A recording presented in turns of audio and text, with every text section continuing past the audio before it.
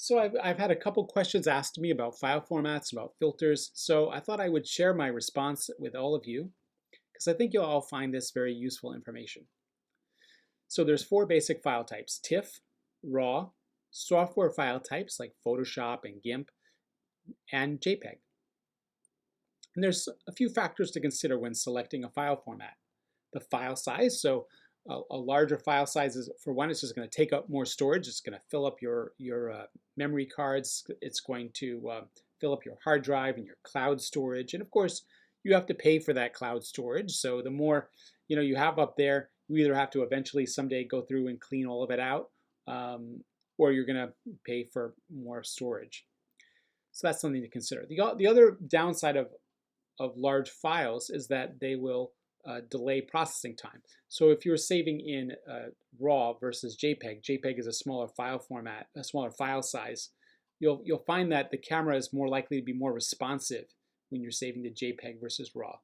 The other thing that you'll find is that when you in post-processing, if you're saving in JPEG, the images are going to open faster, and you're going to be able to process, the processing of all your images is going to go faster simply because you have to open up smaller file sizes.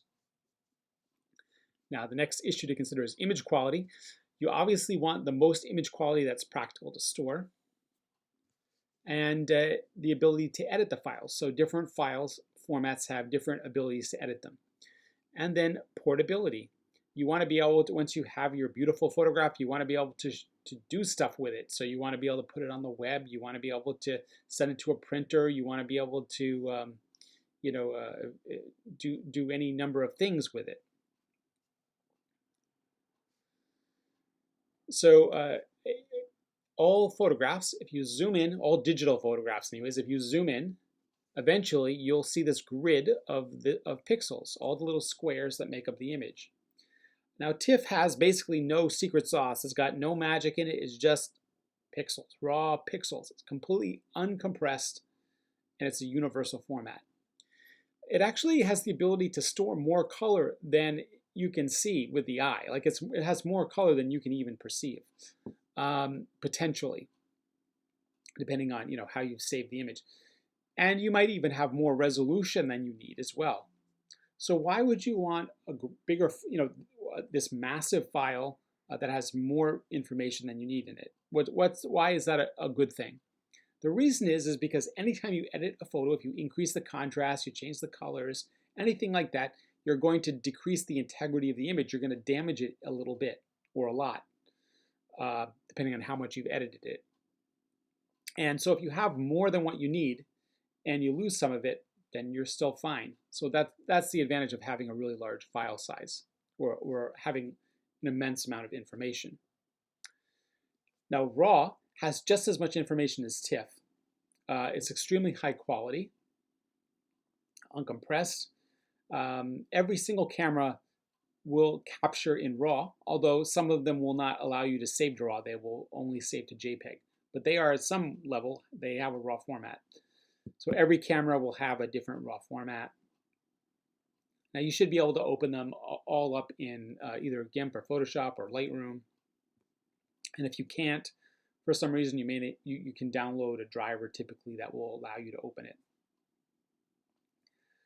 So RAW has some very special features to it. For one thing, you can do pretty significant adjustments of the color temperature, of the color tone of the image, without degrading the quality of it, which is a wonderful thing. Now, every light sources are measured by how hot they are. So it's the temperature of the light source itself. So the sun is extremely hot, obviously, and sunlight, like on a very bright sunny day, is 10,000 Kelvin. So the Kelvin scale is just another way of measuring temperature, like Fahrenheit or Celsius. And if you remember from science class, 0 degree Kelvin is no movement of no molecular movement at all. It's like the coldest you could possibly get. So so this is a temperature scale that can be used in scientific settings. So pure sunlight, your white light, 10,000 K. If it's overcast, well, this is showing it as yellow, but really overcast is typically going to be a little bit bluer. A strobe or a flash is not as hot as sunlight, but it's a pretty hot light source, and it's going to have a slightly blue tone. Fluorescence, not really these household fluorescence, compact fluorescence, but the kind of the older style like tubes that are kind of these flickering fluorescent bulbs. Those ones have a greener color to them. Tungsten, which you don't really see much anymore, more of like a orangish tone. Candlelight is the coolest light source of all of them, and that has more of a yellow or yellowish tone to it, more of a reddish or yellowish tone to it. So color temperature used to be a really big deal before digital. So the film would have been rated for a specific color temperature. So you'd have daylight film, or you'd have film rated for different light sources. And if you use daylight film inside, all your pictures would come back with this horrible yellow cast to them. That is not really an issue with digital cameras, because you can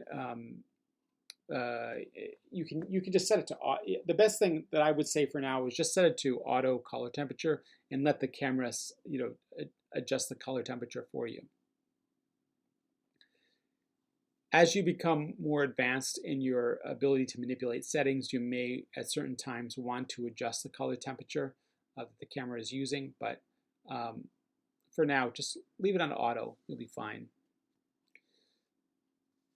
So RAW has the ability to make pretty significant changes to the color temperature. Now the other magical feature of RAW is that it is really forgiving in the highlights.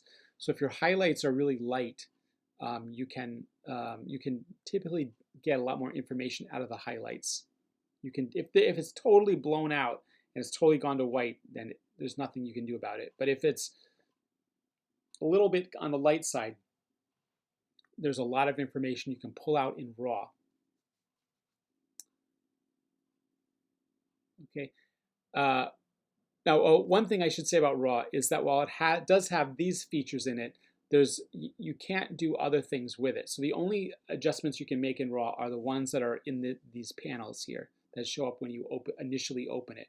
But you can't add layers to it. You can't add text to it. You can't slice and dice it. You can't run all kinds of filters on it. You can't add adjustment layers or masking. So it's basically when you initially open the file, you can make these adjustments to it. And after that point, you would want to save it to something else. Then there's software formats like Photoshop and GIMP, Lightroom. So these software formats are very high quality. They're not compressed. Now, the one thing is that these are the least portable of all of these, because you can't open a GIMP file in Photoshop. You can't open a Photoshop file in GIMP. They're very limited, and the person basically has to have a compatible software to use them. Now, the good thing about saving in like a Photoshop file is that if you've added an adjustment layer, you've added masking or some other effect to it, you can preserve the layers, and then you can reopen it and you can edit those levels and stuff again. So that's the benefit of saving in a proprietary software format. And then, last but not least, one of the most common file formats is JPEG. And JPEG, we will call this medium to low quality. This is a compressed format, which means it has it has a compression scheme which reduces the image size and then it blows it up again. So it's like if you deflated a balloon and you blow it up again. The file size of a JPEG is significantly lower, like a lot lower. It could be 10 times, depending on the particular image, it could be 10 times smaller in file size than the RAW. At 100% at 100% quality, that's perfect. That's a very high quality image. So if a JPEG, you can save it at different percentage levels of compression.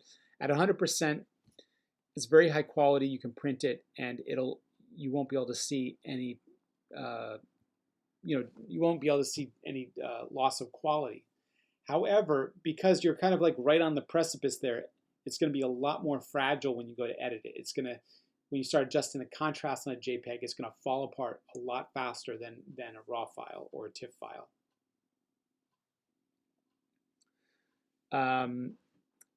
Now, if you're saving to the web, so you want to save your picture to Instagram or Facebook or a website, you're usually going to use JPEG format. You definitely can't use any of these other formats we've talked about, Photoshop, TIFF, or whatever. These cannot be used on the web. You would use JPEG is the only one of these that can be used on the web. And if you're saving for the web, it's really important to decrease the file size because it'll download faster. So if you're saving to the web, rather than 100%, you would save it at between 60 to 80%. So which file format should you use? Well, it depends. I would suggest for this class that you take all your pictures in RAW because that's going to give you the most to work with. So take them all in RAW. And then once you open the file, you might want to say, if you've done some special stuff to it in your software, you might want to save it in the native format. But then you'll want to change it to JPEG before you submit it.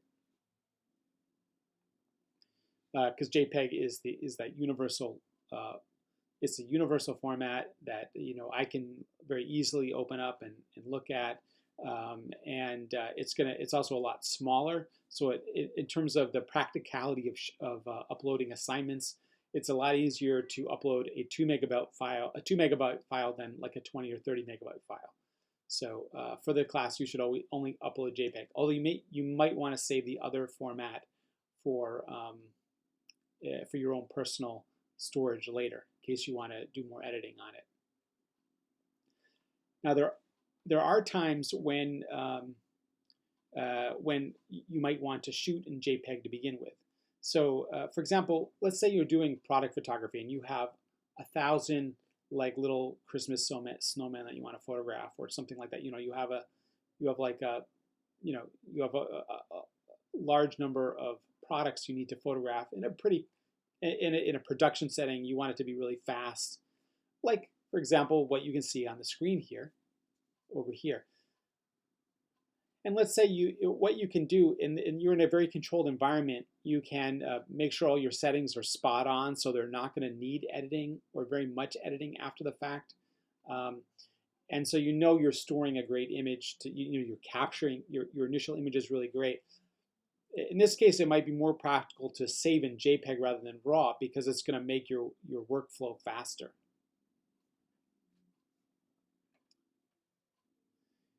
And then changing topics, let's talk about lens filters. So lens filters can be screwed onto your lens. And there are SLRs have a wide variety of lens filters that you can get.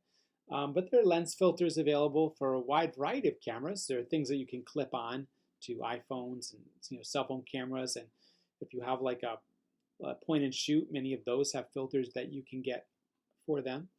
And they come in a few different varieties of filters. Well, there's actually tons of them. I'm going to show you a few different kinds here.